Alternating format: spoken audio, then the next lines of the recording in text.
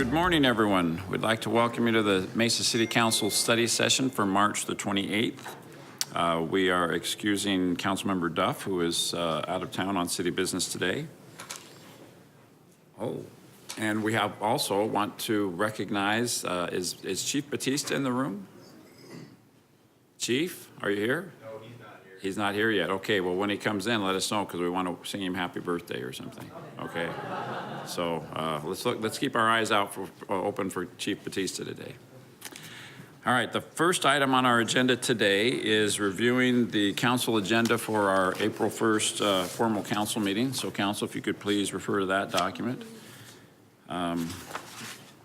First several items are liquor license applications, followed by purchase contracts. Please let us know if you have any questions. I know there are a couple of items on the agenda today that we're going to have staff presentations on. Yes, Mr. Luna. Hi, Mayor. I just had a question on 5P. I don't know if we're there yet. 5P, yes. Yeah. And that had to do with the repair of the shelter. And when somebody crashes into a shelter, does their insurance pay for it, or are we responsible for that? I always wondered about it. I saw that and I go, oh, I would assume that the one who crashed into it, their insurance would pay for it. Yes, the insurance for it. This, most of the time, the insurance, the damage is minimal, and we don't have to come to council for approval, but because of this dollar limit, we need to have your approval to repair that shelter. I'm fine with it. I just wondered. I thought that was interesting. So is that what this was? Was this a car running into a bus shelter, and was the car uninsured or something? The car was insured and they've accepted responsibility. We haven't finalized, they haven't made the final payment, but they've accepted 100% of the liability. So we're likely to be reimbursed for this. Yes, we'll be reimbursed, yeah. All right.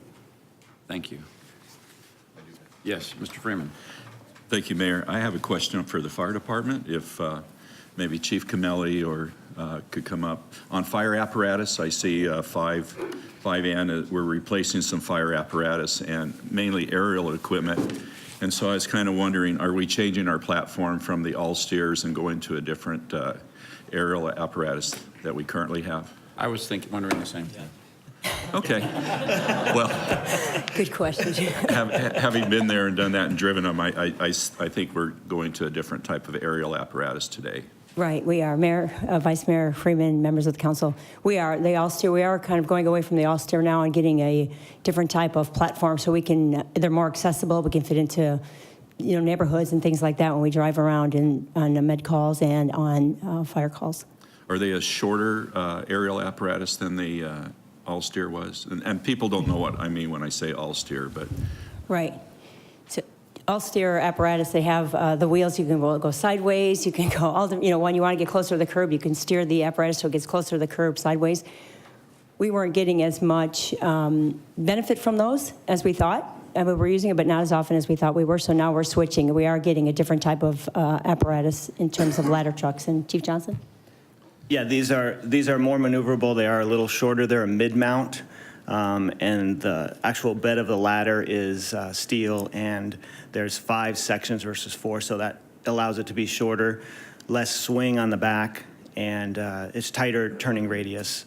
And the mid-mount also provides the platform's not sticking out in front, which can cause some safety things with turning corners and things. The platform's actually off the back.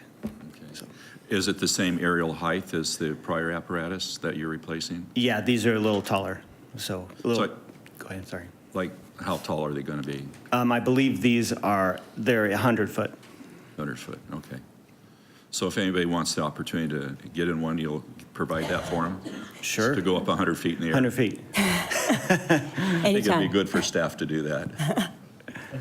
Very good. That's why we have firemen. Okay. So I think it's important to note for our residents to note that we're changing fire apparatus, and most of them wouldn't probably know that, but yet we're still able to deliver the service that we need for any type of structure fire or any type of automatic aid we'll provide to our other communities. So thank you. Absolutely. All right. Thank you. By the way, how much do those cost? I think about Exactly, sure. about $1.2 million per ladder. Okay, thanks. Thank you. Council, other questions on any purchase contracts under agenda item 5? 6 is taking action on various resolutions, and I know, Mr. Brady, on some of these bond issues, we have a staff presentation. Yes, we can do it now, or we can do it whenever If you like, Mayor. Yeah. Why don't we go ahead and do it now? Thank you. Mike and Brian?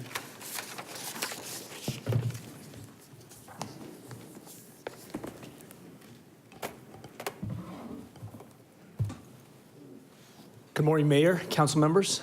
Today, my name is Mike Kennington. I'm the Chief Financial Officer. With me is Ryan Wimmer, one of our budget deputy directors. Today, we'd like to give you an update or a high-level overview of our bond program and answer any questions you may have with the items on the agenda for this week. With that, I'll turn the time over to Ryan to take us through the presentation. Good morning, Mayor and Council.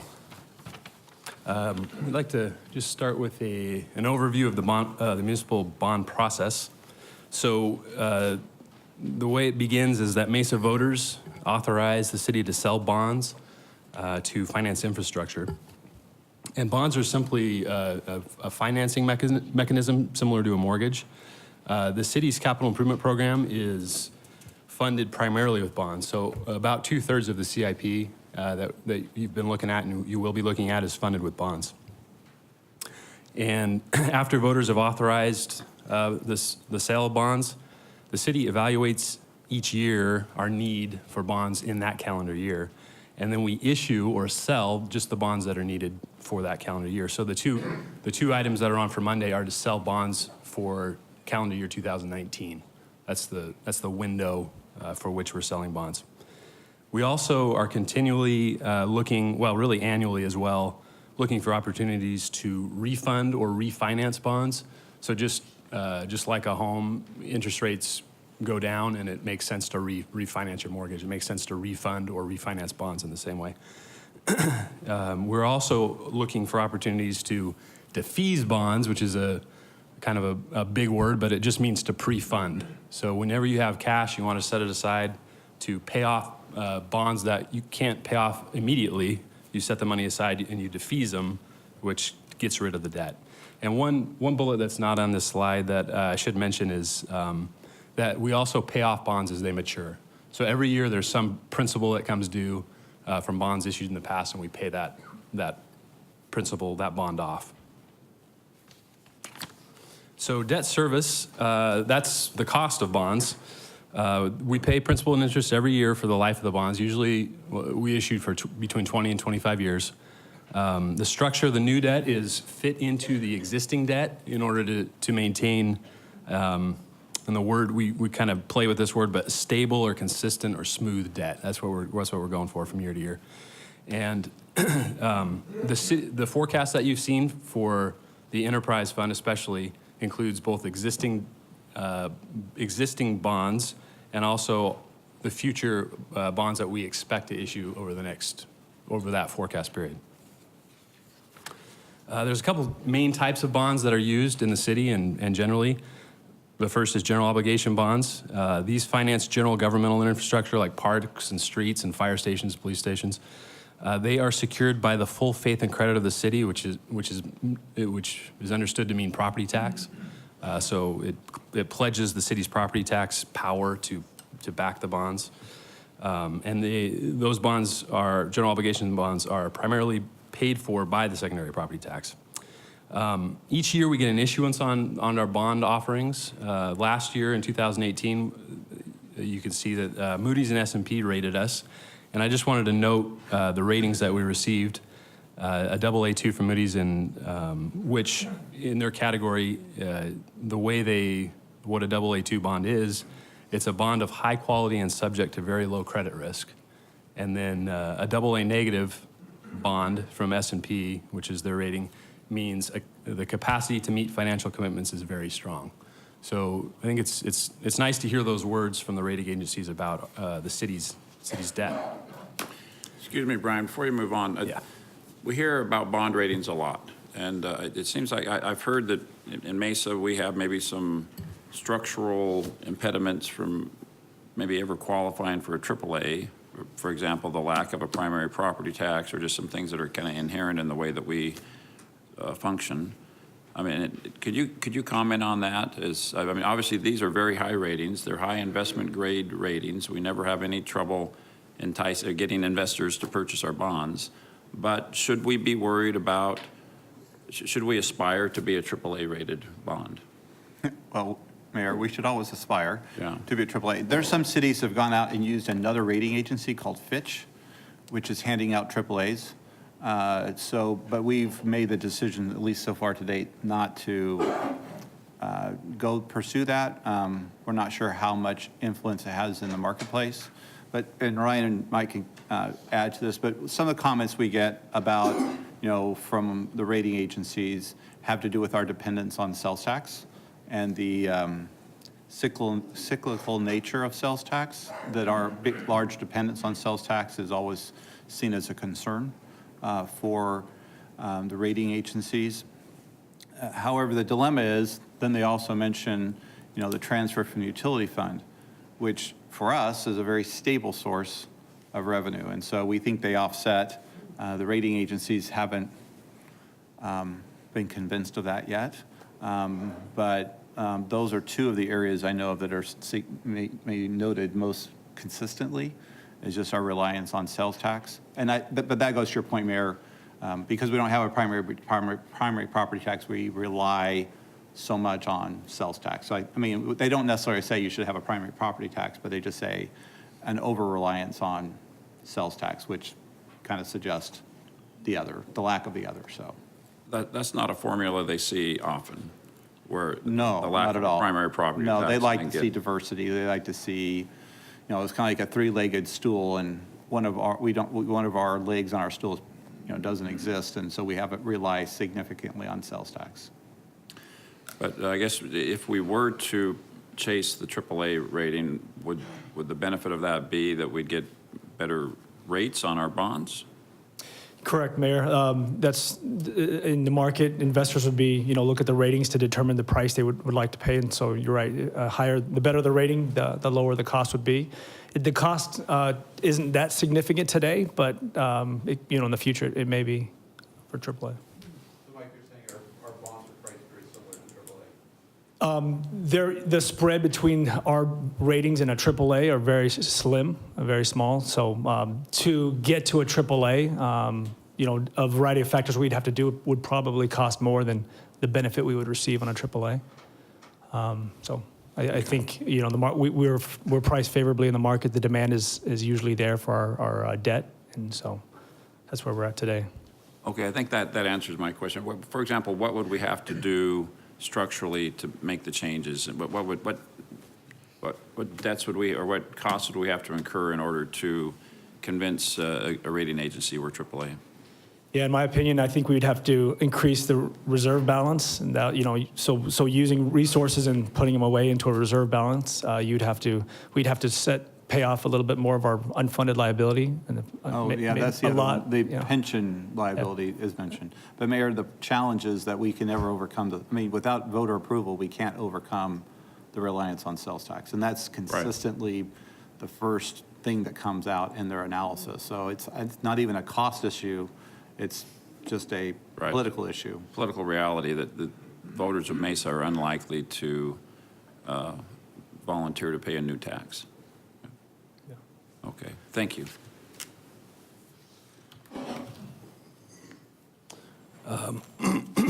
So the other main type of bonds that the city issues are utility systems revenue bonds.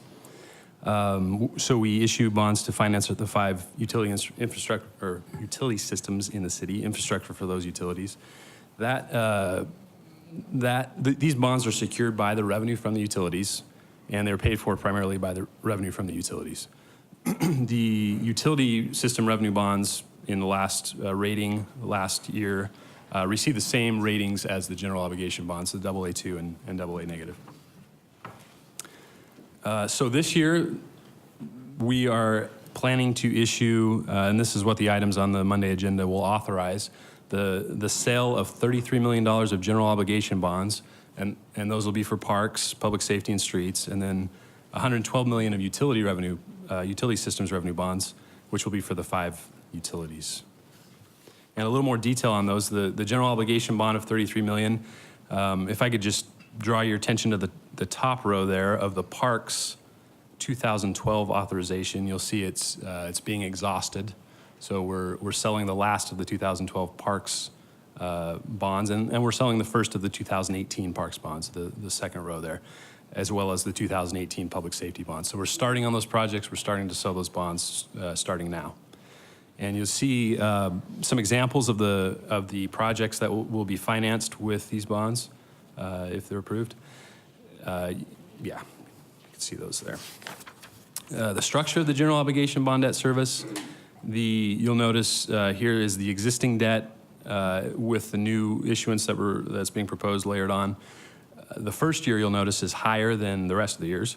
That's because we're planning to utilize anticipated fund balance to pay off principal, a significant amount of principal in the first year. Council, that strategy helps us to reduce the amount of interest cost over the term of the bond by being aggressive in the first year. And then it allows us over time to smooth out the debt service payments too. I have a question on that. Yes, Jeremy. Those bonds you're issuing in 2019, if you're paying off a significant amount of principal in the first year, why wouldn't you just reduce the amount of principal that you would take out in the first place? Is that a fair question? I don't. Yeah. Fair question. Mayor, Councilmember Whitaker, the secondary property tax can only be used to pay off debt service. And so when we see that we have a certain amount of, or expect to have a certain amount of fund balance in the secondary property tax revenue, we structure the bonds to absorb that fund balance through the debt service. Sorry, I'm not following. Sorry.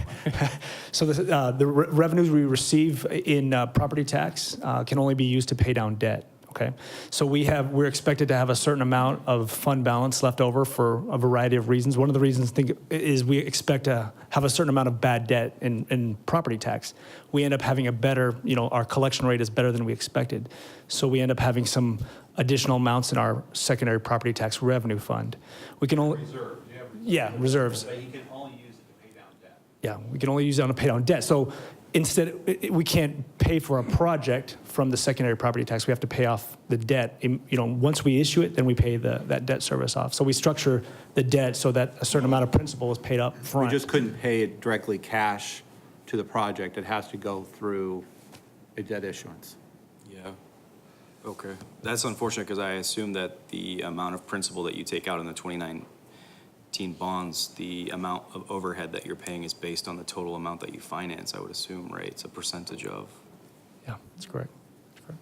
And Mayor, Councilmember Whitaker, partially, there's kind of a fixed base rate, and then there's an additional variable rate on top of that. But that's an interesting point. Why is it that we have to pay, we can only pay debt service with secondary property? That's just the Statute. That's the statute, that when we approve the secondary property tax, it's only for that purpose. The state statute. Yeah. Mayor, correct, that's correct. Primary property tax can be used for operations. Secondary property tax can only be used to pay down the debt. I mean, if you Or pay could debt have a service.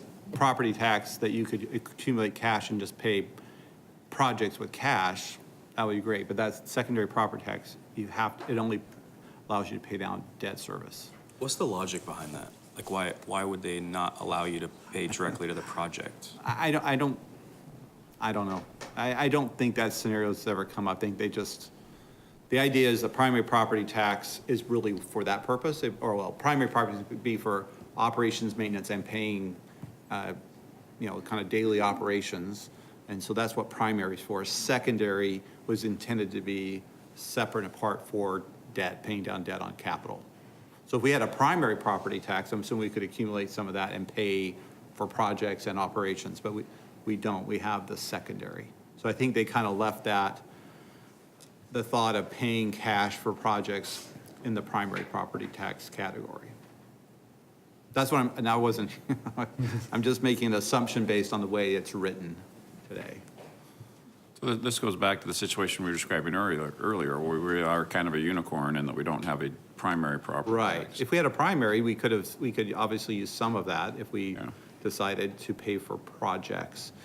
And some of this, though, again, is we have accumulated some reserves because we've been very conservative in our estimate about how much we'd be collecting from property tax collections every year, because we always make an assumption that there's going to be a certain percentage that's just not collectible. Well, it comes that was a little more conservative, so we've accumulated a balance, but we have to spend that balance. That's the other thing the legislature's mandated or required. You can't accumulate significant reserves. You can't have these large amounts accumulating in your secondary property tax. It has to be spent, and I don't know what their criteria is, but there's some requirement to spend that down quickly. Yeah, Mayor, Chris, there's a limit of 10% on the amount, 10% of the next year's debt service payment that you can accumulate in that fund. And so this includes not only the reserves or the reserves from the carryover, or the reserves from last year based on our conservative assumptions, but the reserves we expect to have in the future as we move forward with the adjustment of the secondary property tax rate for the 2018 election. So we just saw the opportunity with this new issuance to pay down as much principal as we could at the beginning. So effectively, well, yes, we have to issue a debt instrument, but we're trying to reduce the principal payment as quickly as possible. Yeah, I get it, but I share the frustration that it's a dumb rule. And We're just working within what we have. it might be worth a conversation with Mr. Butler or others to see how receptive, it might be biting off more than we can chew to go back and try to amend the underlying state statute to lift that requirement. But- Yeah, well, and it only happens, it doesn't happen very often, so it's just. Yeah, Mayor, and I just add my perspective that secondary property tax, the reason it's that way, I think, is just because it's a very specific limited use that they're trying to allow it for. There's a lot of secondary property taxes by special districts and other entities that aren't cities. And so they want it to be very specific and not let it turn into something more than it is. So that's why the legislature might not. Yeah, because they'll say, well, respond. go get a primary property tax to do what you're talking about. Yeah. If you wanted to pay for projects, then go get a primary property tax approved. Yeah, we're just using a loophole to circumvent the limitations of the secondary property tax and basically turn it We're in. trying to maximize the ability to pay down debt or not issue, or pay down early as possible, right, on the principal. And Mayor and Councilmember Whitaker, I think it's more so to avoid the 10% threshold that Ryan spoke about. You can't hold more than 10% of next year's debt service in your fund, the secondary property tax fund. They don't want you to accumulate this big reserve. They want you to pay down debt. But you can only use it to pay down debt anyway, so you'd have nothing else to do with the money, I would assume, right? Yeah, that's correct. Well, yeah, some cities in the past though accumulated significant reserves in their secondary property tax. Yep. And then they use that as part of their kind of, I'm not sure why, but they use that as going to the rating agencies and saying, look, we've got millions and millions of dollars to cover our debt service, but didn't spend it. And then that kind of got excessive. And I think that was in the legislature, wasn't it directed at that purpose? Yeah. Where cities were accumulating significant reserves in their secondary property tax, so they came up with it. And I forget, this rule's been in place, what, 6, 7 years maybe? Or less? 2. 2 years, so it's just something they reacted to some cities accumulating significant reserves. When you talk about reserves, are you talking about the general fund No, reserves? no, just related to the payment of debt service. Secondary property tax reserves. It has its own separate fund. What's that fund called? Where's that at in the cap? I'm assuming that's in your CAFR every year, yeah. Mayor, Councilmember Whitaker, I don't know how it's presented in the CAFR, but it's called the General Obligation Bond Redemption Fund. And that's where you store all the secondary property tax until you use those funds to pay down debt. Mayor, Councilmember Whitaker, yes. It also includes some other revenues, like impact fee revenues we use to pay debt. Secondary property tax is the main purpose, but like impact fees can only be used to pay debt as well. So those get transferred into that fund. There's some reimbursements from the federal government that we receive through that fund. So there's more in there, but there's interest earnings. So there's, yeah, but that's where it all goes. All right, thanks, Ryan.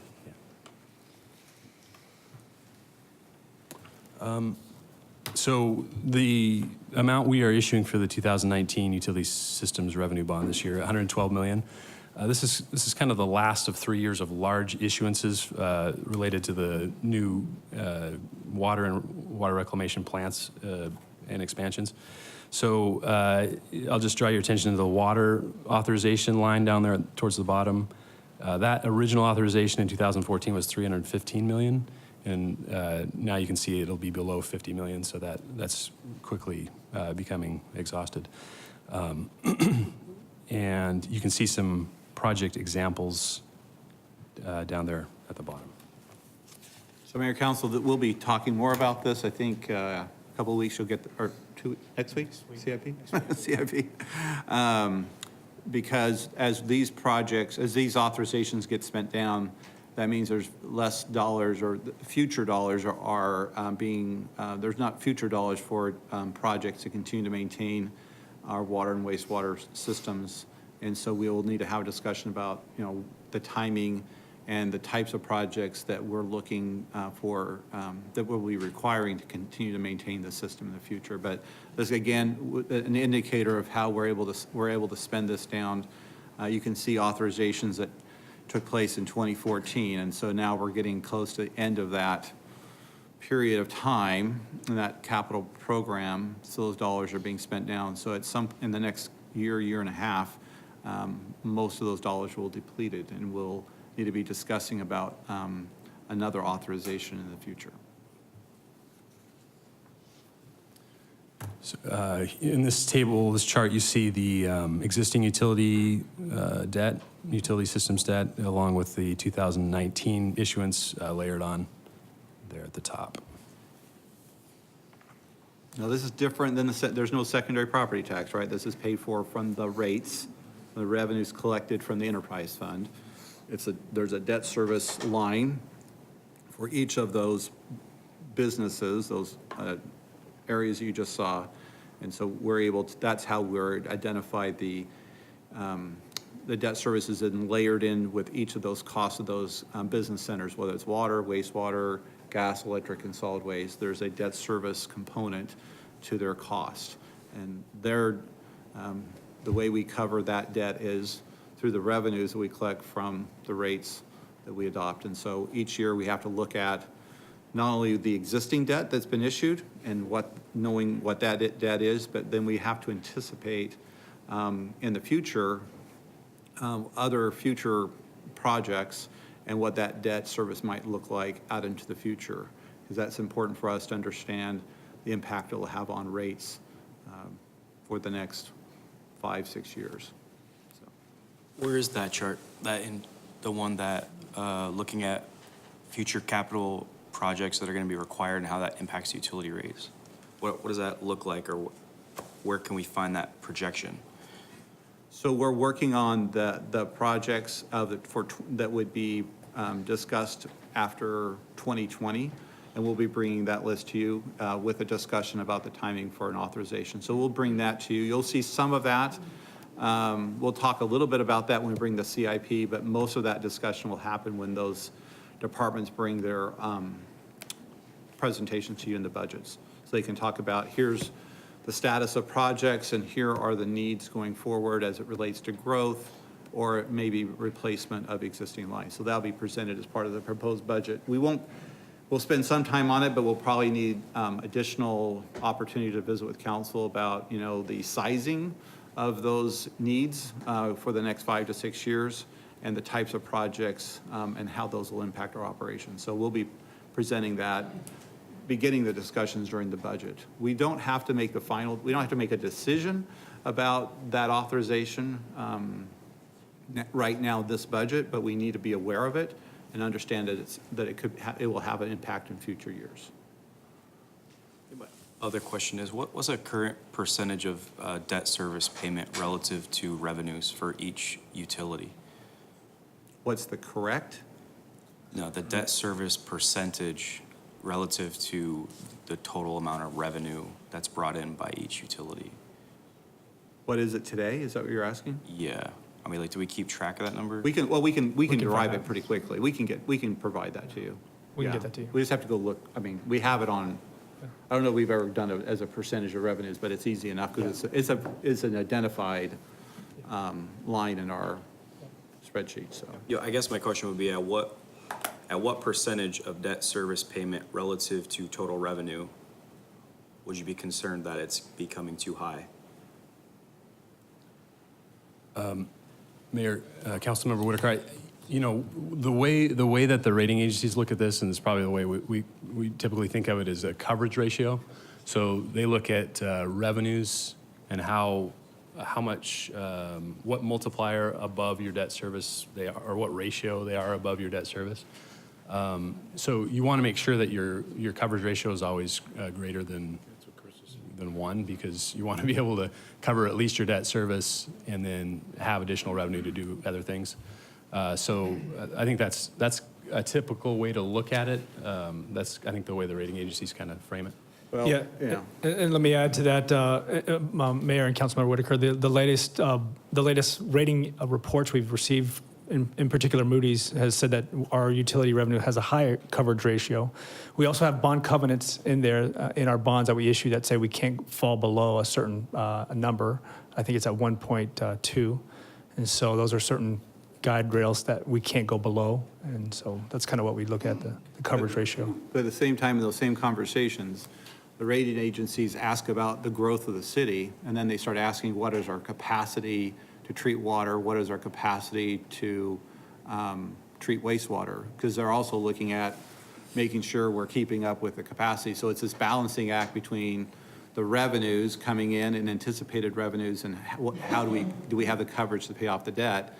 But they're also very concerned is the condition of our utilities, and do we have the capacity to meet future needs, future demand. So we often have the water folks in those conversations because they're asking, okay, you're building out a plant, what's the ultimate capacity of that plant to treat, whether it's the water or the wastewater? So there's kind of a dynamic of make sure it's fiscally balanced, but then they're also wanting to make sure that we're investing in the utility at the same time. So we kind of have to balance both of those in the conversation. Chris, do they look at like our CIP list and Oh, yeah. to look at what we're looking to invest in infrastructure-wise future? Sure. They do, and the challenge we have right now is the CIP we have, and you'll see this in a week, you'll see that we have a CIP that says, here's what's funded, right? And because that slide we just saw, the funded projects are becoming fewer and fewer. And then we've started developing the list of projects that are not, we need to come to council and say, hey, these are the future projects, so we need to go to get an authorization, an election, we need to get support to do those. So we're right now, we're kind of in this mode of finishing out the authorized projects and identifying those, but also now building the program for the future. And the challenge, of course, is that the future projects are significant in dollar amounts and scope. And so kind of internally, we're trying to figure out, okay, how do we prioritize those and balance that within what we need to manage the system and be able to deliver the utilities to our customers, but at the same time being sensitive to what impact will that have on future rates. But at the same time, it also is what helps us with growth, right? It helps us what attracts large subdivisions and brings new customers to the base. So we're trying to balance all those out. And we're going to start bringing the council into that conversation as those departments make their presentations, so we can kind of begin prioritizing the different categories of needs, because we both need, just like the last bond package for utilities, we needed significant investments in plants for growth, to help sustain growth. But at the same time, we're also having to reinvest in replacing a lot of the big pipes and upgrading some of the plants in the existing parts of the city. So we're trying to figure out that balance, and we're going to start bringing the council into that conversation as we begin to prioritize those and think about a future authorization. So they look at both sides. They look at new plant and they look at replacement? Yeah, because they know that they'll ask how, the city of Mesa size and age, they know that there are older systems, and they see those, and we have to identify that we have a commitment, because there's a lot of cities, larger cities, or even as large as us or smaller than us, that are struggling with not growth, but struggling with the replacement and upkeep of their existing infrastructure. And that's created a significant issue for some of the communities. And so they'll ask on both sides of the question. What percentage of our utility revenue do we put in reserves to pay for future capital investment projects on an annual basis? When you say you mean cash capital or debt service capital? What were we referring to? No, I mean like, so you have an old pipe in the ground that's gonna cost a lot of money to replace. So if you take the revenue every year from each one of these utilities, what percentage of that revenue is put into a fund in order to fund future investments necessary, CIP projects? Right, so again, we have two types of CIP. We have CIP that we pay for on the cash available from the revenues that are generated that year. Most of those CIP projects are not, they're capital and they're more like equipment and large purchases like that. The CIP you're talking about, what's a project, it's a water line, a sewer line, those are financed through the debt service program. So those are projects that are identified in the CIP as being supported by a utility bond. And so the debt service, again, it goes back to your previous question, that debt service amount in the utility fund is what is being set aside each year to support that, those capital projects. But other than that, there's no other dollars set aside. Mayor, Councilmember Whitaker, Chris, if I could add, there is a bond covenant requirement that we have established a replacement extension and reserve Right. fund, Sure. which requires that we set aside 2% of all utility revenues to basically back the debt first, but also reinvest, which is one of the R's in RER, into the system. And so we do use that fund to reinvest into the infrastructure because the bondholders want to make sure that we are not setting aside funding for every future need, because that would just be enormous, but reinvesting in the system so that they're maintained. Right, so what percentage of revenues do you reinvest in the system every year? Well, so that requirement is 2%, so that's what we do. That's what we set aside. We don't necessarily, we use it strategically to pay for things that wouldn't necessarily fit inside of the bond authorization. Yeah, yeah.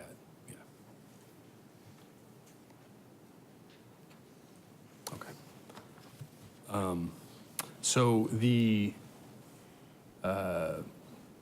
good news here on this one of the final slides is we're going to just review the defeasance and the refundings that are also on the agenda for Monday. The first, number one on here, this is all for utility systems revenue bonds, is the defeasance. And like we said, defeasance, it just means pre-fund, right? So impact fee revenues have to also be used on, can only be used on debt service. So we have development impact fee revenue on the utility side that we've accumulated and we're using to defease or pre-fund some utility debt, $10 million worth. So that will come off our books next month when this defeasance happens. The number 2 and 3 items are refundings or refinancings to take advantage of lower interest rates. You can see there's some significant savings there of 4.7 to 7.3 million, which totals 12 million, I believe. That we'll recognize or receive this year, next month when we approve these transactions when they close.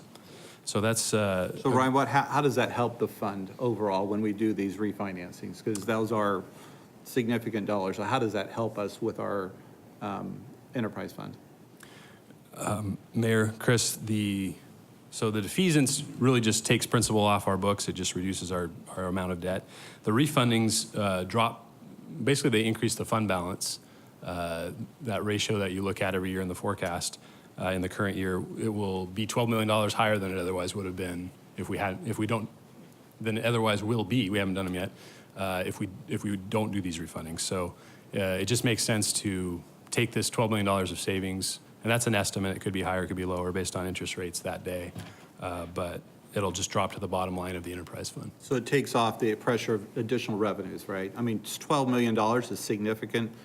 Revenues coming into the enterprise fund is 400 and some million dollars, but every bit helps, and so it mitigates against, any pressures for additional additional rate increases in the future. That has every little bit helps, but we're always looking for opportunities like this when the market is available to us to get the lower rates, and the bonds have to be at a time when they're available to be refunded. Not every bond that we've issued is available, even though the rates may be lower today, the terms of the bond don't allow us to refinance until a certain time period. So the timeline for these transactions, on Monday, you'll see all 5 of these items on the agenda for your consideration to authorize them. Then we'll close on the defeasance relatively quickly in a couple weeks, and then the bond offerings are priced at the end of April, and we'll actually receive the bond offering, or we'll receive the revenues from the bonds in late May. Thank you, Mayor and Council. That's our presentation. Thank you. Mr. Thompson. Chris, just popped into my head, at times when we refund developers for water lines, sewer lines, things like that, if they go, if we have them install. City share, I think is what we refer to. City share, Yeah. does that come out of our bonds or does that come out of the utility, or the enterprise fund? Is it part of that 2%? No. Or are we using bond We have a dollars? city share, so when we issue bonds, authorization, we actually have a category called city share. And so, and it's both, you'll see it in both streets and the utilities. I think more often, well, I think we most often see it in streets, but I may be mistaken. That seems like I see it more commonly. But we set aside, so when we come forward for the next program, we'll allocate a certain dollar amount for city share. And that's, so yes, it's coming out of the bonds. But we try to anticipate what that might be in the next year, both in streets and utilities. And I think those are the only places I think of where we do that. Mayor, Chris, maybe transit as part of the light rail, or? I don't I'm think not we sure. charge the developers for that. I think it's just transportation and utilities. Thank you. Any other questions for these gentlemen? Thank you very much. So that's on our consent agenda for Monday. Thank you. Okay, council, continuing to review the agenda for Monday night. Any questions regarding items 7 or 8?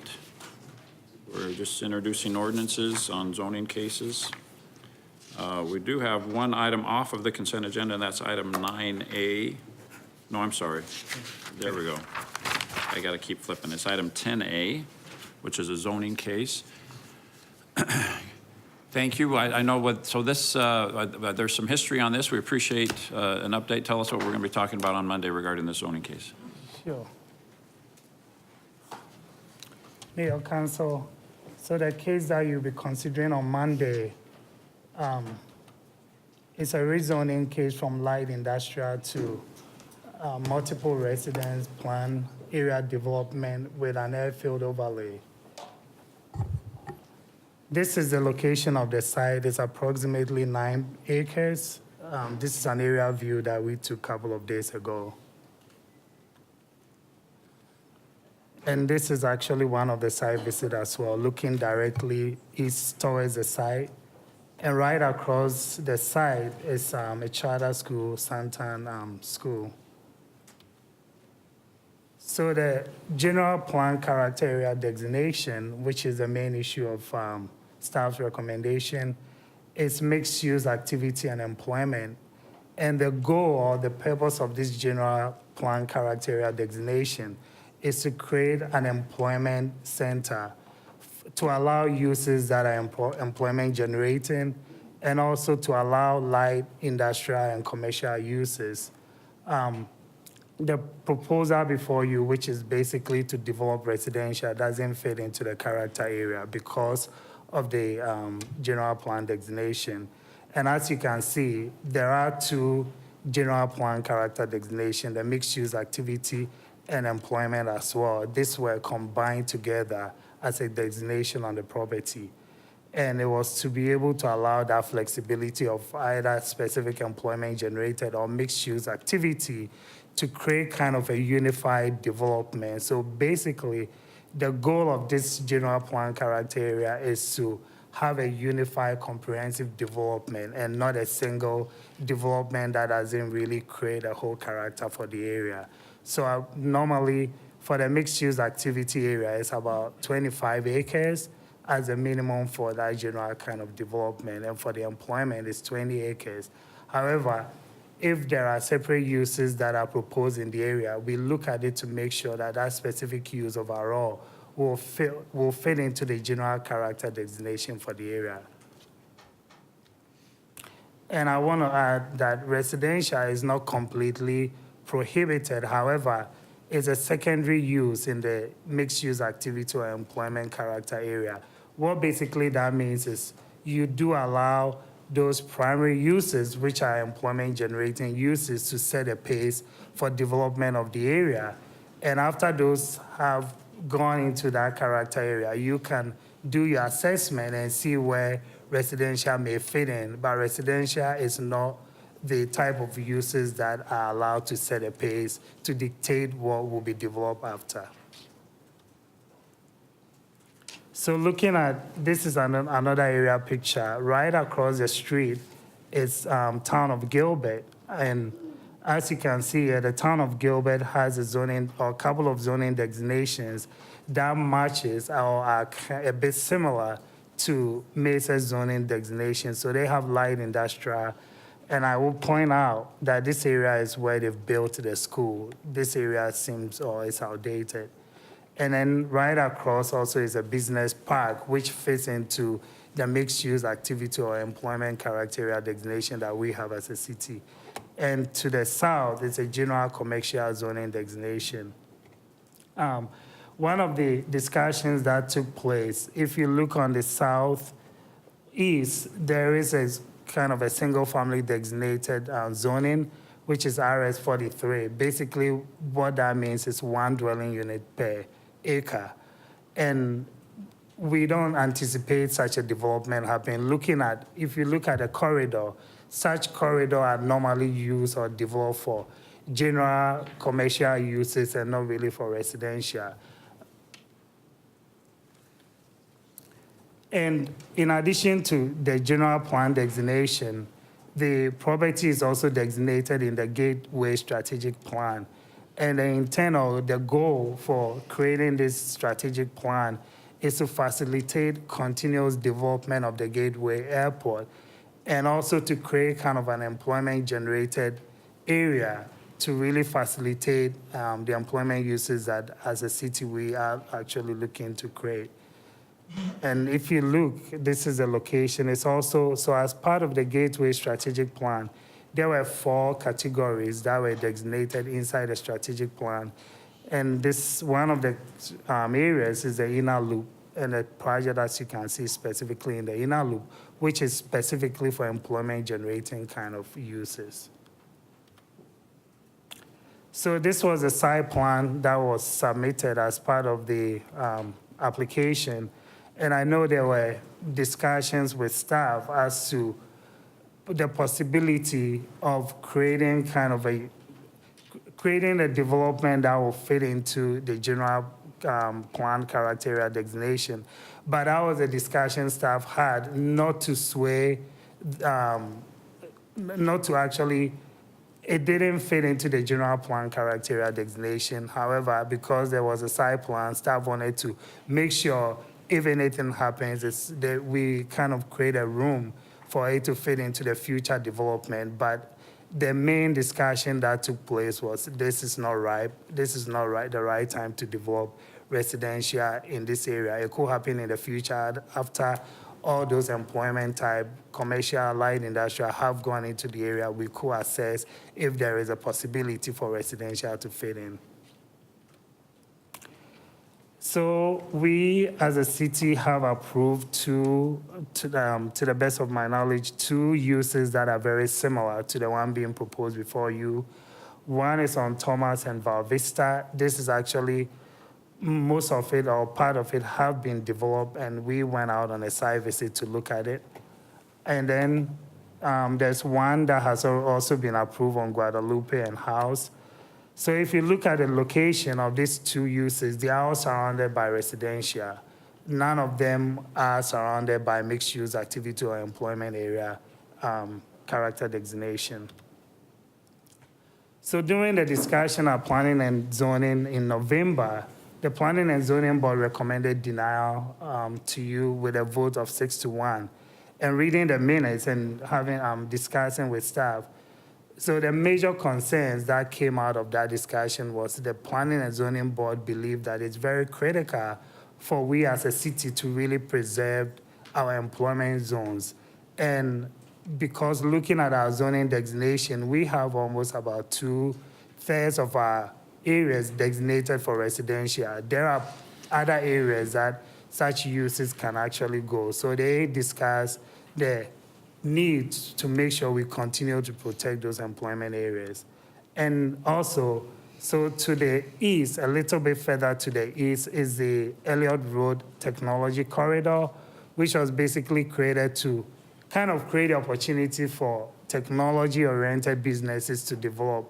The concern was once you begin to approve residential to really begin to intrude into that area, it may deter certain industries that we're looking forward to really bring into the tech corridor area away. And also overall, it wasn't a unified development, and I acknowledge that this is 9 acres. However, it was not part of any unified development that will fit into the goals of the mixed-use activity or the employment character area. However, the Planning and Zoning Board acknowledged that this is a good product that could happen in various areas in the city where we have it designated as residential. So they acknowledged that, but they believe that it was not right for the location being proposed. And so with that, staff is still recommending denial of the project, and the Planning and Zoning Board also, as I said earlier, recommended denial with a vote of 6-1 vote. And I will stand for any questions you have. Thank you, Nana. And Mr. Ray, I know you're present, and certainly we'll give you, if you'd like, we would give you an opportunity to comment on anything that the staff presents here as well, just so you know to prepare yourself. Yes, Jeremy. Before we move on. Mr. Ray? No, I'm sorry, go ahead. Yeah, so just really quick, the one on the P&Z board, the one person that supported the project, what was the reasoning behind that one specific vote? So I read the minutes. I didn't see any discussion. However, I have Cassidy, who is one of our planners, or the case plan on it. Maybe she may have additional information to add. Okay, so there was nothing in the meeting No, there was nothing that I read In the from the minutes. minutes, yeah. Did the person who voted in favor of the project offer an explanation for their vote? No. Okay. Okay, thank you. Thank you. I have a quick question. Nana, slide 5 in your presentation, for the first time I'm realizing that this RS-43 property that's right on Elliott Road, I agree with everything that you've said about the concerns about trying to preserve that Elliott Road tech corridor and the commercial and industrial and employment uses. That's why this RS-43 property is just kind of sticking out. And we have a difficult decision to make where we're at in this case, but it's I'm just fearful for what's going to happen when someone comes in and tries to develop residential, directly on Elliott. Would it be inappropriate for us to take action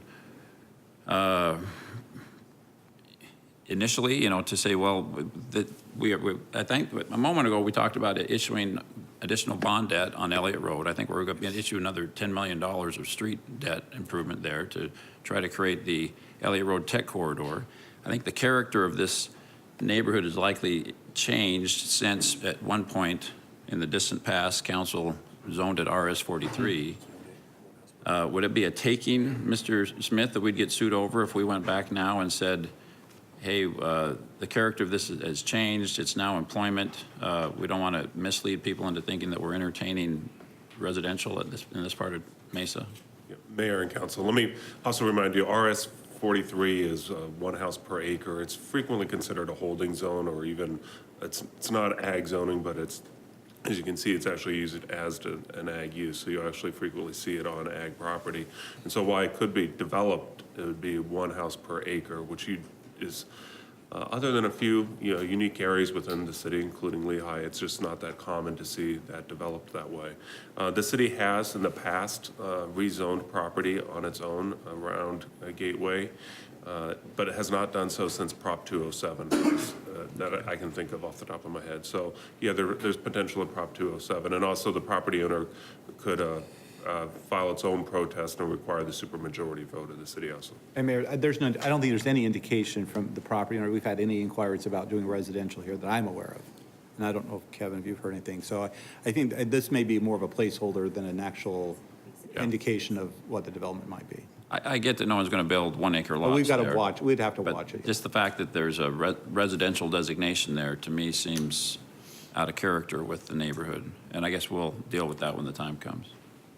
Mr. Thompson? Well, and to your point, Mayor, I think, we have the land use study that's being done or is completed now for that inner loop area with the dairies and so forth. So we're going to even have a bigger decision to make in the very near future on whether we're going to allow residential development along Elliott Road or if we're not going to allow residential development along Elliott Road. And so, looking just at this RS-43 piece, there's a much larger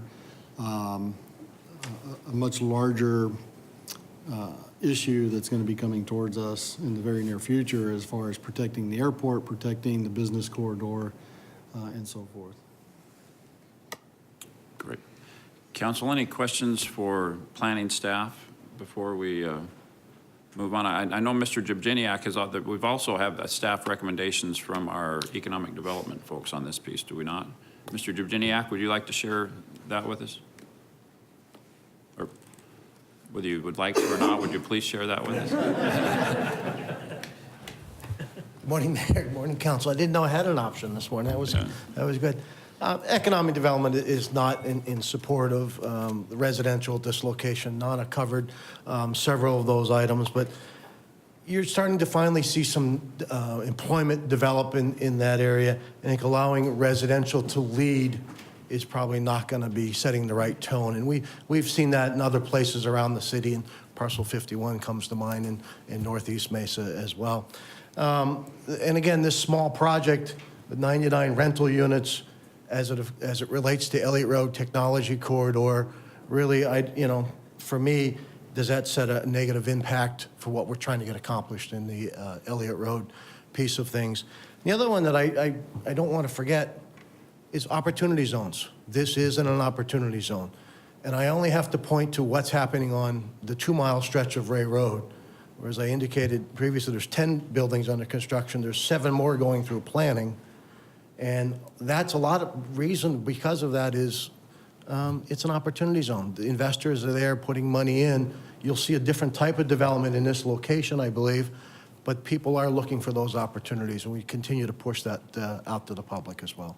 So again, it's all about opportunity cost. So that's my comments from here. Okay, thank you. Question, Council, any questions for staff? Mr. Ray, obviously you'll have an opportunity Monday, but we don't want to preclude you from responding to anything you may have heard this morning. Good morning, Mayor, members of council. This is highly unusual, and I will defer to the city attorney as to whether it is appropriate for me to make a presentation at this time. Given the fact that this is study session, and I've been doing a lot of study sessions in a lot of municipalities, including Mesa, this case has been curious for a number of reasons, and I could go into detail at length as to why this one has been handled unlike any other case I've experienced within the city of Mesa, let alone any other jurisdiction. But given that a presentation has been made by staff at study session for an item that's on the action agenda for Monday, I presume it's okay if I go ahead and say a few words this morning as well. Yeah, of course. Thank you. And certainly we're very appreciative of staff. We've had numerous conversations, beginning with Mr. Wesley about this site and Mr. Jabjiniak as well. And Bill, I got your name right today. If you're still here, thank you. I struggled with it over the last time, but I do know how to say Jabjiniak and could say it multiple times consecutively without messing up. That's better than most of the council, so a couple of things that I would leave you with, and recognizing that there is a full presentation. We have been, as I indicated, in discussions with staff for probably about 9 months. That same amount of time frame, I've been in discussions with Councilmember Thompson, whose district we're in. And one of the things that has been at the forefront of the discussions is, if this use does go forward, how are we going to make it so that it is compatible, so that it doesn't do all the bad, scary things that we're led to believe. The thing that I would say about this particular site, unlike anything else that's in the Elliott Road corridor or the Tech corridor, what's proposed, it is a small 9-acre site.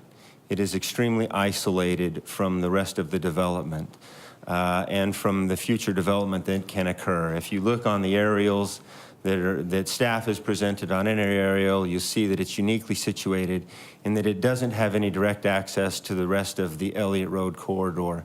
It's separated from that corridor by about 1,600 feet. That is a greater distance from the edge of this property to Elliott Road than the residential homes you will find in Chandler's Price Road corridor. And I know in discussions with economic development and others that the city sees Elliott as Chandler's Price Road. And I can tell you that homes are within 1,400 feet of Price Road and have a more direct access to that corridor than this 9-acre site that's about 1,600 feet away with no direct access, separated by a self-storage facility and a canal. And we've worked closely with staff to ensure that this development will fit in, that it can become part of a larger mixed-use activity development district. Nana did a great job explaining what that category is and how it typically sees minimum size developments of 25 acres for a mixed use, or 20 acres for an employment. And this is, again, I will remind, is 9 acres. The other thing that I will leave you with, and I again appreciate the time and recognizing that it's highly unusual, is the first page of the staff report. And I don't know if you've had a chance to look at it. I have. I scrutinize it almost on a daily basis, it seems like, as it relates to this, to this case. But you'll see on that very first page, there was a memo prepared by Christine Zalanka and John Wesley, and that memo was dated January 28th, 2019, which was when this case was first continued. And in that, it's a good summary. It's a 3-paragraph memo, shouldn't take too long to read. But in that, the first paragraph talks about what it is that the proposal that we are making. The second paragraph talks about the challenges that planning staff has with it, as you guys have heard today from Nana, including economic development in relationship to concerns about the general plan, gateway sub-area, and lack of connectivity to the site to the adjacent development.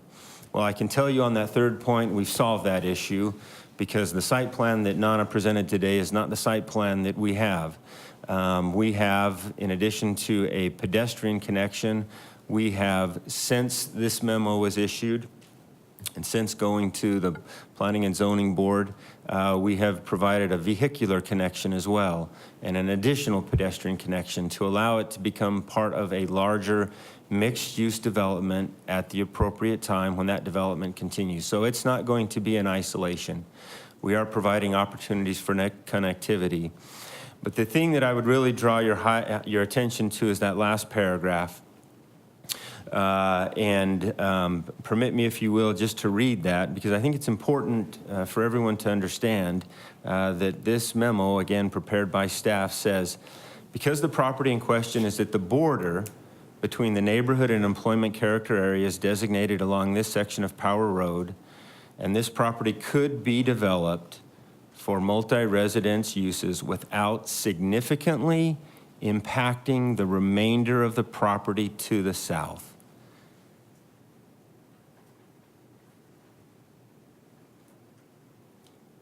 I think that's a very powerful and important statement that everyone needs to consider. Because it clearly indicates that even if this use moves forward, at least staff's opinion per this memo, unless I'm misunderstanding the words that are written, it can do so without significantly impacting the remainder and the development capability of the property to the south. And that's something that I think is important to consider. Again, we're talking about 9 acres. And so with that, Mayor, members of the council, I will have more to say on Monday, but I would leave you with that and certainly am able and willing to answer any questions now.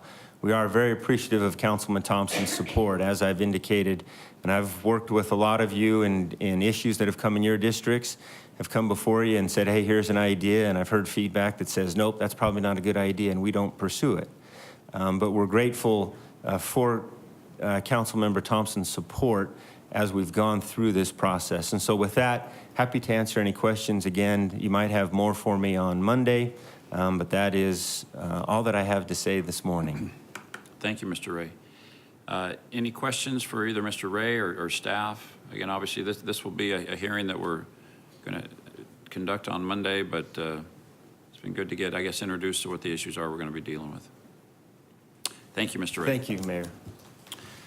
Council, any other questions regarding the agenda for Monday's meeting? All right, then the next item on our agenda for this meeting is item 2. That's to hear a presentation and provide direction on the city's Smart City Master Plan and the use of technology and data to improve the quality of life, civic engagement, economic development, service delivery, and community vibrancy. Travis, good to have you with us. We're looking forward to getting updated on this. Thank you, Mayor, Council. Good morning. And with that intro, that was the presentation. So let's say some. That is a long title for a presentation. Right. So Travis Cutright, I'm the Chief Information Officer for the City of Mesa, and I'm excited to be here this morning and present this Smart City Master Plan for the City of Mesa. This all started early in 2018. I was in a meeting with our city manager, Chris Brady, and Assistant City Manager John Pombier, and we were talking about Smart City and what it is, you know, and what it means to Mesa, and the fact that we needed a coordinated effort and some strategy going forward if we were going to be able to play in this area. And so with the direction of the city manager and assistant city manager, I embarked on this journey of working with staff and figuring out what the Smart City Master Plan would look like for the city of Mesa.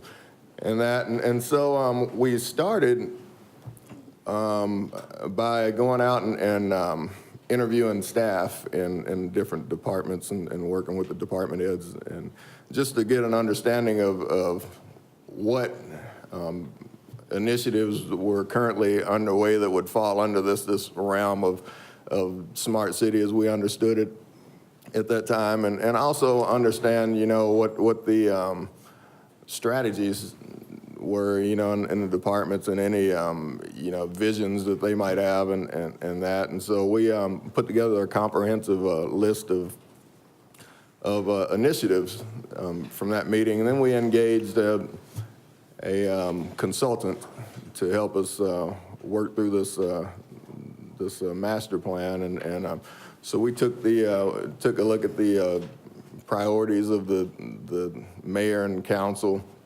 We took into account, you know, the direction of the city, and we engaged the consultant, facilitated meetings with all the departments, all the stakeholders. We facilitated meetings with the mayor's office, with the city manager's office, and also we needed to hear from the community.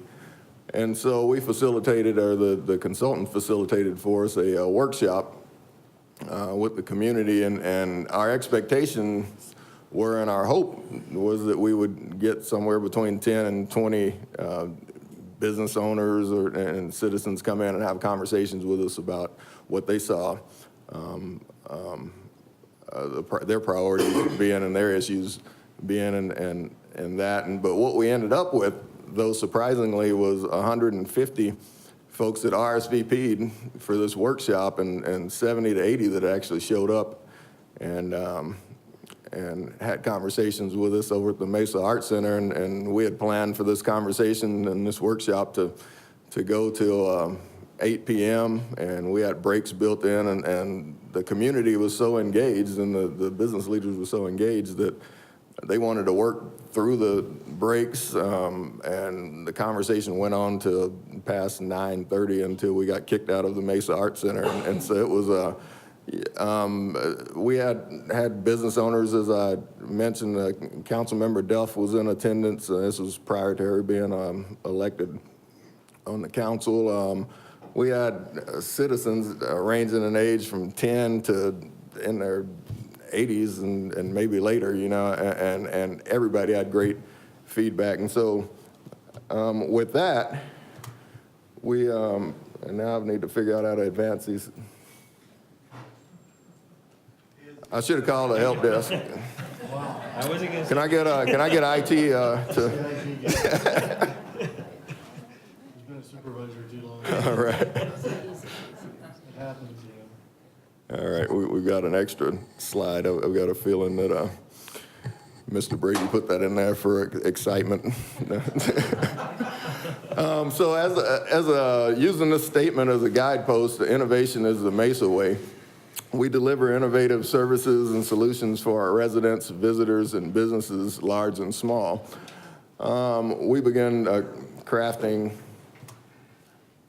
the Smart City Master Plan for the city of Mesa. And so what is a smart city, right? And that was the question we all started with, because we had vendors coming in every door and with a smart city gadget, and everyone had a pitch, but what is it? And what we realize is smart city is specific to an organization, right? And so because it's defined by what the city's priorities, strategic priorities are.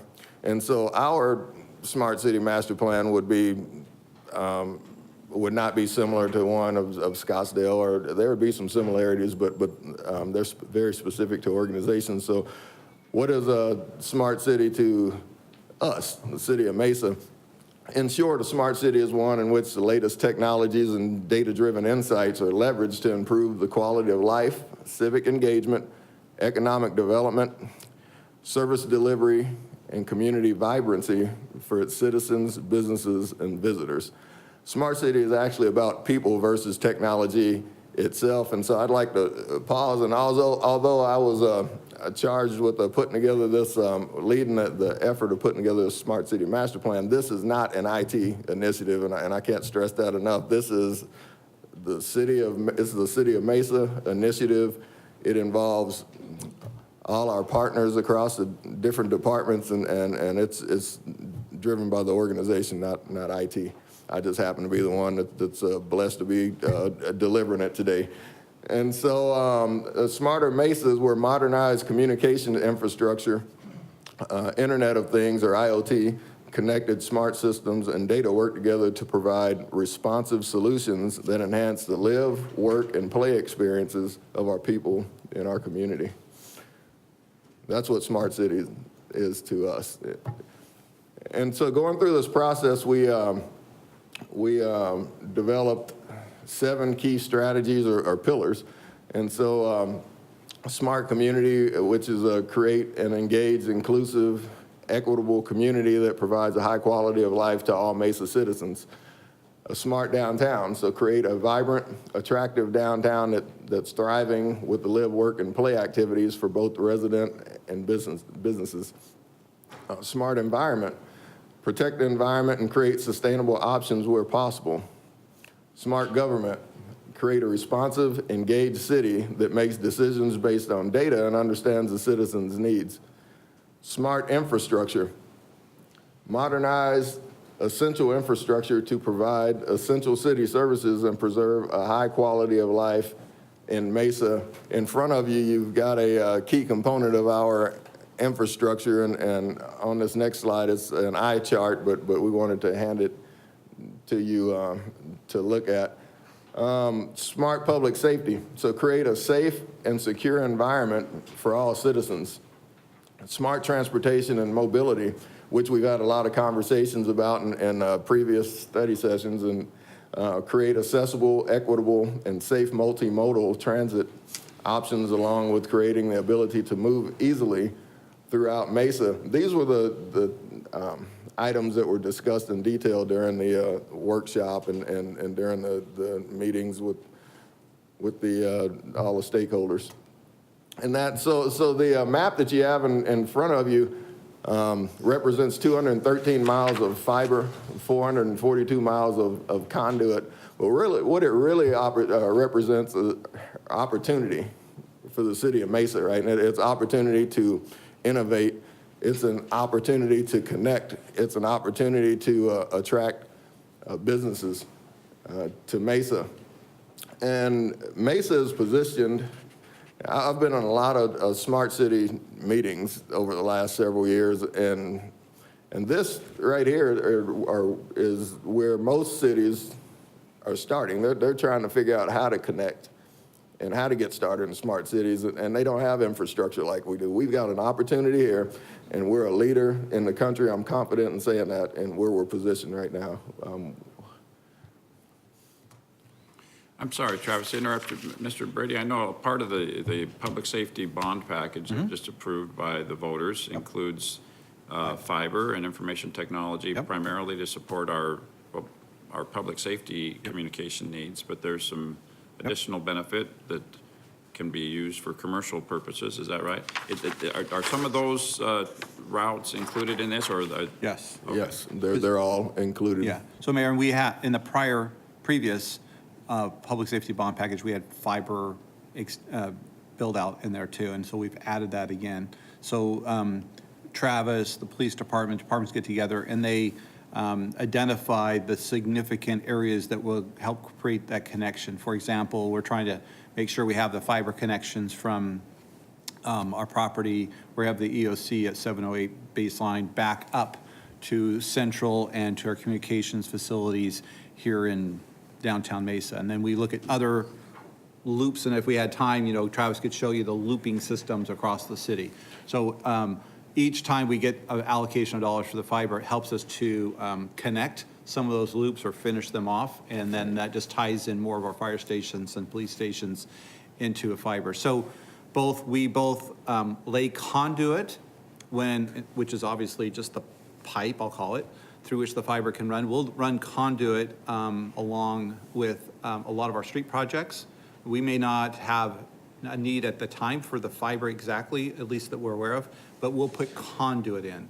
And sometimes that's when we did that, for example, on Southern in the Fiesta District area, and then because putting that that conduit in, when there was a private sector need to bring fiber to some of the businesses in the Fiesta District area, we were able to rent, I don't know if it's the right word, lease the space in our conduit for those private entities. Mr. Luna. Thank you, Travis. I have a question relative to the 5G deployment and working with some of our telecommunications provider. Will they be leasing our fiber network, or are they going to, I'm assuming they're not going to dig again and put their own? We are certainly open to conversations and with the vendors and that. And We talk have about given how we them partner. all of our, Travis's folks, and he has some folks that are really good at this and work on this, and they have shared all this information, and we express our interest in working together with them.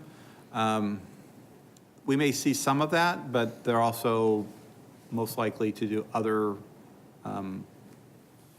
look at some other areas too. But we've certainly made this known because our goal here is also to avoid tearing up our streets or the right-of-way and maximizing it. So many of those groups that have come in that you're aware of, we have sat down with them and shared this information with them. So have we had anyone actually deploy their systems or attempted to? Well, not necessarily 5G, but certainly we have had, especially out of the Elliott Road corridor, to connect with some of what, for example, Apple. We have had groups or individuals come in to go into our conduit. And we've signed quite a few leases, or not quite a few, we've signed some leases with companies who are in our conduit running fiber to private businesses. Okay, so we're working with companies and all the time. There hasn't been any issue. We make that well known up front. Okay, because I know that part of that was the shot clock. They come in, they fill the application, and then they have to deploy. So we haven't come into any of those issues relative to that. or has become problematic to the city of Mesa? Not as I'm not far as- aware of. No, I mean, we are building out the system along with our roads to make it available for everybody. Right, and I know Beth would know more Yeah. about some of this because. Right. And there are folks are do the right-of-way management, so they're in and they're very much aware of all this too. Okay, great. Yeah, and I think to that point, I know CenturyLink is working with Mesa right now, especially out on Ray Road in that area to put conduit in and then to do a shared use conduit between them and the city where there's messing. And they're doing a pretty significant investment, Bill. 3 million, 4 million. Yeah, so there's, and Worth it's all of over the investment. city, right? We're having that, and when we get ready to do the construction on Mesa Drive, we'll be putting conduit up and down Mesa Drive too. I have another question relative to Cox Communication and their deployment of fiber throughout the city. Are they throughout the city of Mesa? We have our own fiber. Do they lease our conduits in space, or are we working in cooperation with them? It's your turn, Beth. We're running out of it. Good morning. Yes, we've worked with Cox in a couple of locations. They've got, they have a pretty extensive system, probably one of the biggest ones out there right now. But we've worked with them on a couple of locations where they needed conduits and needed to go in. Well, I think actually one of them they leased from us is at Falcon Field under the runways. So they do come in occasionally. Some of the other people we have leasing conduit right now, Zayo is probably one of the bigger users in our conduit lease program right now. But Beth, there's still a lot of trenching going on by these same Oh, companies. So just yes. because we have this, you're still going to see quite a bit of activity in the right-of-way by these groups. Now, we hope this can mitigate some of that, but that doesn't necessarily mean, there's still a lot of permitting of trenching in the right-of-way to There put is. down their own, yeah. And somehow related to that, do we have, do you know if they're completely deployed throughout the city of Mesa and are all neighborhoods covered? Or is that something the city is going to take over as far as broadband deployment or? Go ahead. Well, there are neighborhoods that Cox probably is not in, particularly in the older parts of the city. In the new neighborhoods, particularly the ones that are coming in through permitting right now, Cox is generally deploying conduit in all of those. But there are older parts of the city I'm sure they don't have. I can have them maybe provide a map if you'd like to see where those might be in the future. And then as to what the city is planning to do, and I'd look to Mr. Brady for that. Yeah. So, right, we've been working with, the Verizons of the world and others that have come to us. And it's taken a while for them to come back to us, but we've shared with them everything we have to encourage them to use it. But they kind of have their own plans and systems. But certainly we've encouraged them to prioritize. We'd like to see fiber running by the schools, right, and city facilities first, then obviously to get into all the neighborhoods. But they're driven by a market chase. They're chasing Right. after a customer, and They are. so that's kind of what we're not sure. We know exactly what their strategy is. Right. I would be concerned about areas that don't have any, especially the communities that traditionally are disenfranchised. If you could, provide that information, which communities don't have access, certainly we know broadband is economic mobility, and it's a way to people can get jobs or work out of their homes. But we want to make sure that we have deployment throughout our city. It's also important to remember in some of the older parts of the community, many of the data wires are actually on poles and not in the ground in conduit too. So there's kind of a mix out there, but I can talk to them and get some information from them. And we're struggling, I know, and even in the newer areas of town with, Yeah. Cell we have, service. with cell phone service. I mean, we Exactly. literally have people in Eastmark and in southeast portions of Mesa that have zero cell service. They couldn't even call 911 if they tried. They usually have to go up the road towards Bella Via to even get cell service, and there's a tower. They're a mile away from the brand-new tower that Verizon installed, and they still have zero cell service. So. We have the same in Northeast Mesa with Verizon. Yeah. Covers.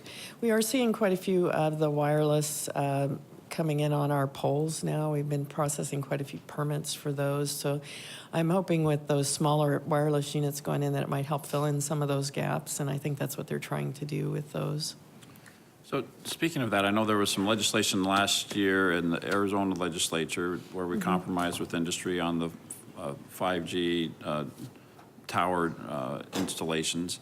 We haven't processed any of that to this What are you point, seeing, have we? Beth? Not towers, they are going up on our streetlight poles right now. We have a number of those going up. I don't have an exact number, I can get that for you and provide it, because last week I signed a stack of those permits about that deep. So they are starting to come in, the wireless are coming But Beth, in. that's kind of recently, right? It's very recent, taken a while, just in the even last though 2 there's a years. flurry of activity and Yeah. we got to do this right away, it really hasn't started manifesting until No, recently. it probably took them about a year to get to the point where they were really ready to submit those permits. There's really quite a bit more engineering in it than I think people understood when the legislation passed.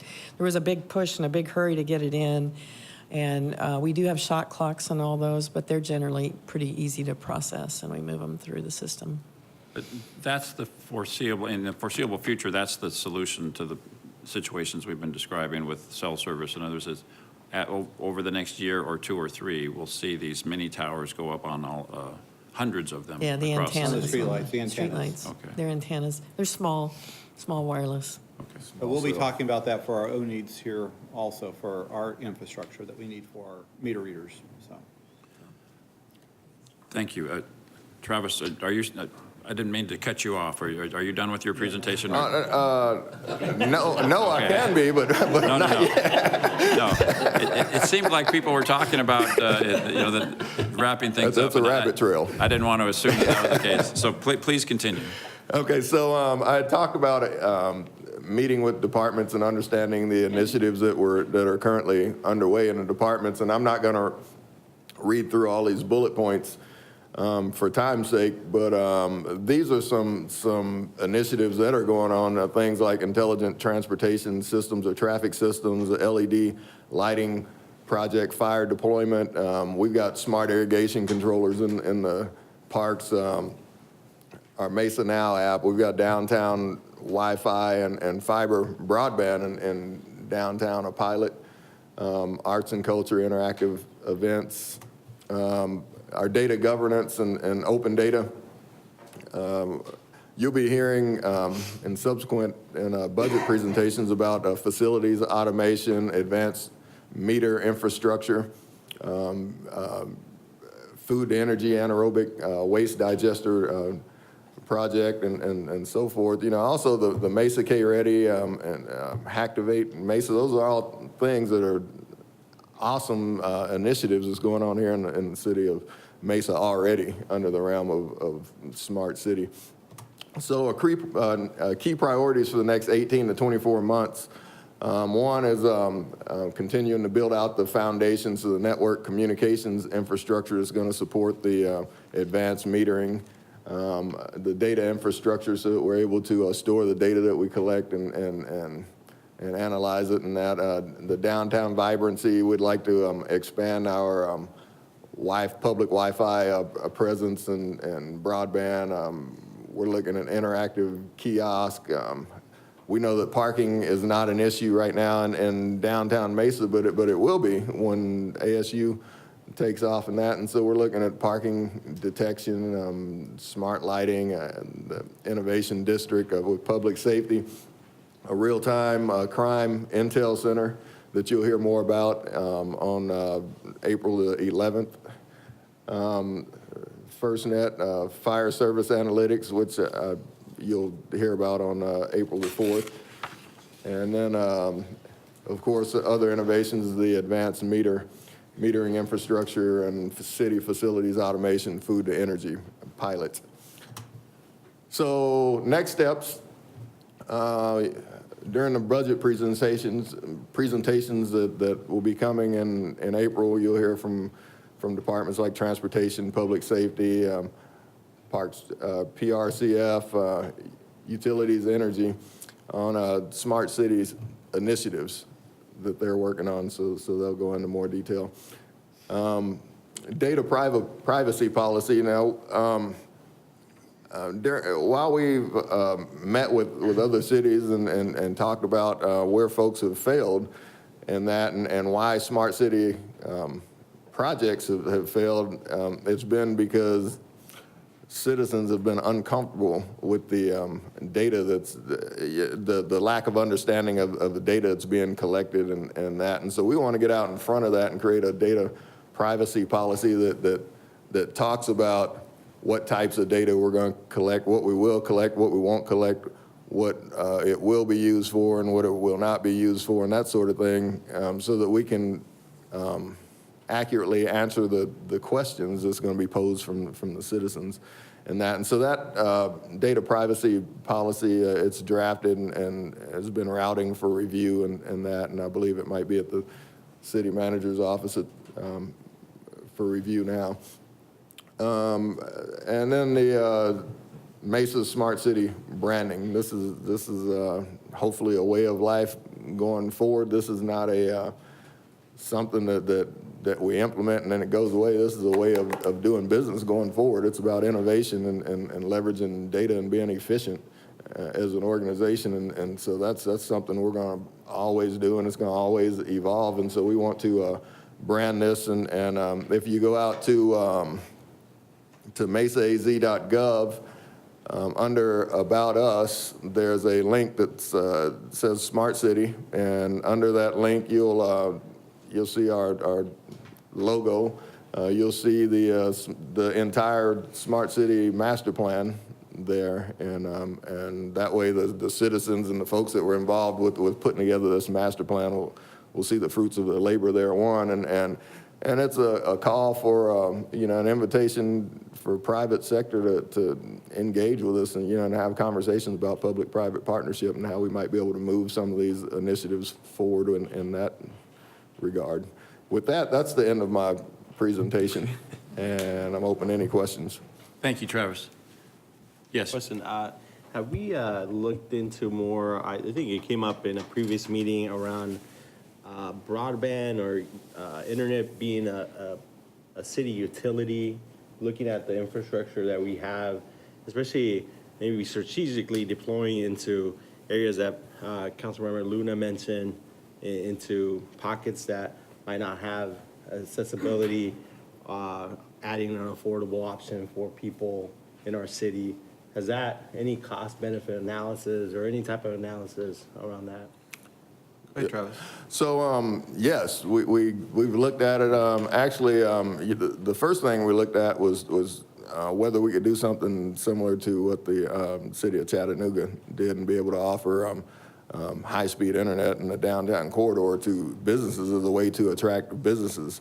And so we do have a pilot stood up right now, and we've got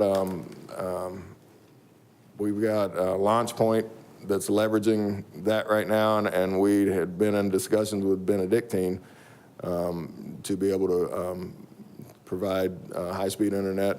With regards to the reach into the underserved communities, we've had conversations about that and what it might look like. And so what we're doing is we're drafting service level agreements, so SLAs. We're trying to figure out what it would look like if we pursue that as a utility and that sort of thing.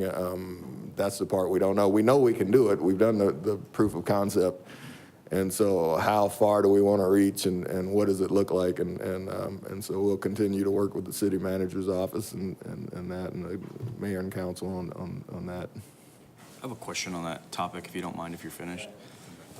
Yes, please. How difficult would it be to analyze like the census tract of Mesa to find one of the most impoverished areas and then implement a Wi-Fi based system much like you have downtown? Like what would be the capital expenditure cost, something related to that, and then what kind of time frame could you roll something like that out, just as a, obviously go after the poorest area first to try to address that issue?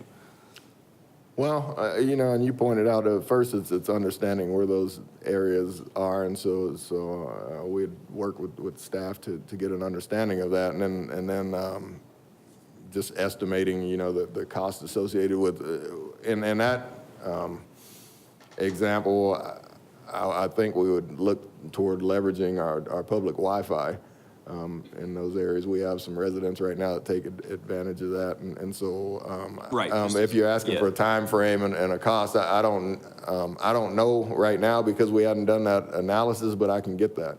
Yeah, well, I'm just curious, and I don't need an answer right now, but like the pilot program that we implemented downtown, How long did it take to implement that? What were the capital costs associated? And I'm just talking public Wi-Fi, right? I'm not talking about internet as a municipal service at this point, right? Maybe just like a phase one, you know, what does that piece cost us and how much would it cost to just go run another pilot program? And downtown Mesa's actually probably on the census tract, I would imagine, in the lower end of the spectrum anyway, so maybe that was already a good. So, yeah, in downtown Mesa, we've got a good fiber and presence right now, and so, so that was a little easier to stand up the pilot, and we invested less than $100,000 in that proof of concept. And that was to cover how much area? It was like Main Street corridor, essentially, where all the businesses Right. I would say down to past McDonald, probably, we could probably reach to Country Club, but I would have to check with staff. Okay. Thanks, Travis. Mr. Luna. You know, through the National League of Cities, I've participated in a number of conversations relative to the deployment of some broadband in areas where have been disenfranchised for you know, traditionally been disenfranchised.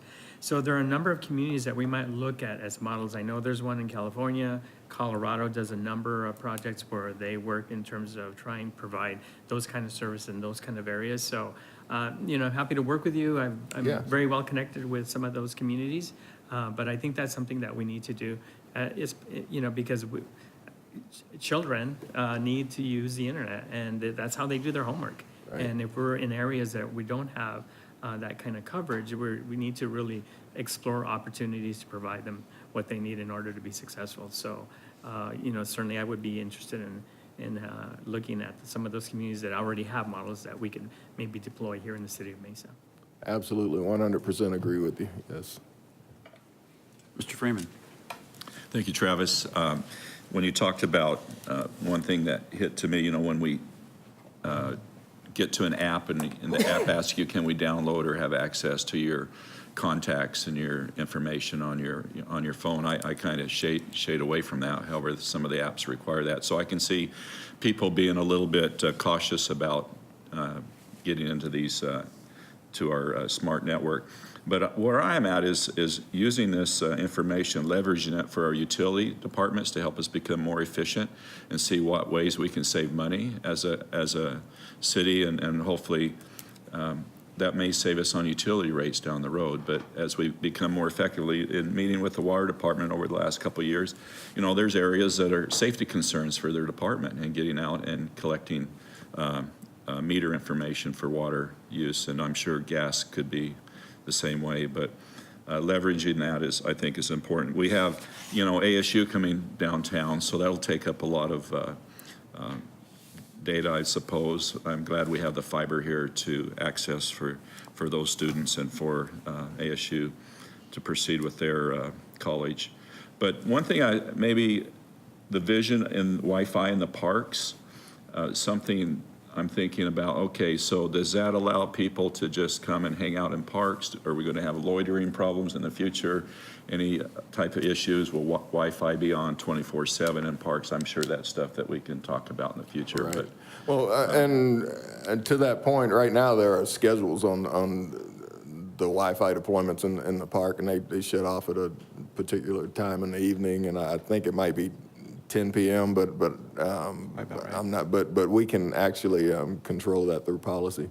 yeah, I'm just thinking out of my head here. So, anyway, that's just my thoughts. I just think we should proceed with that. So, thank you for your time in putting this all together. Well, thank you. I mean, Travis, this is great. I think this is a very impressive tool that the city can use because I think we are better at this than a lot of other cities, and I'd love to see us brag about it and take full advantage, leverage it as much as we can. And I love the branding. I would love to see this chart redone with the Smart City branding on it.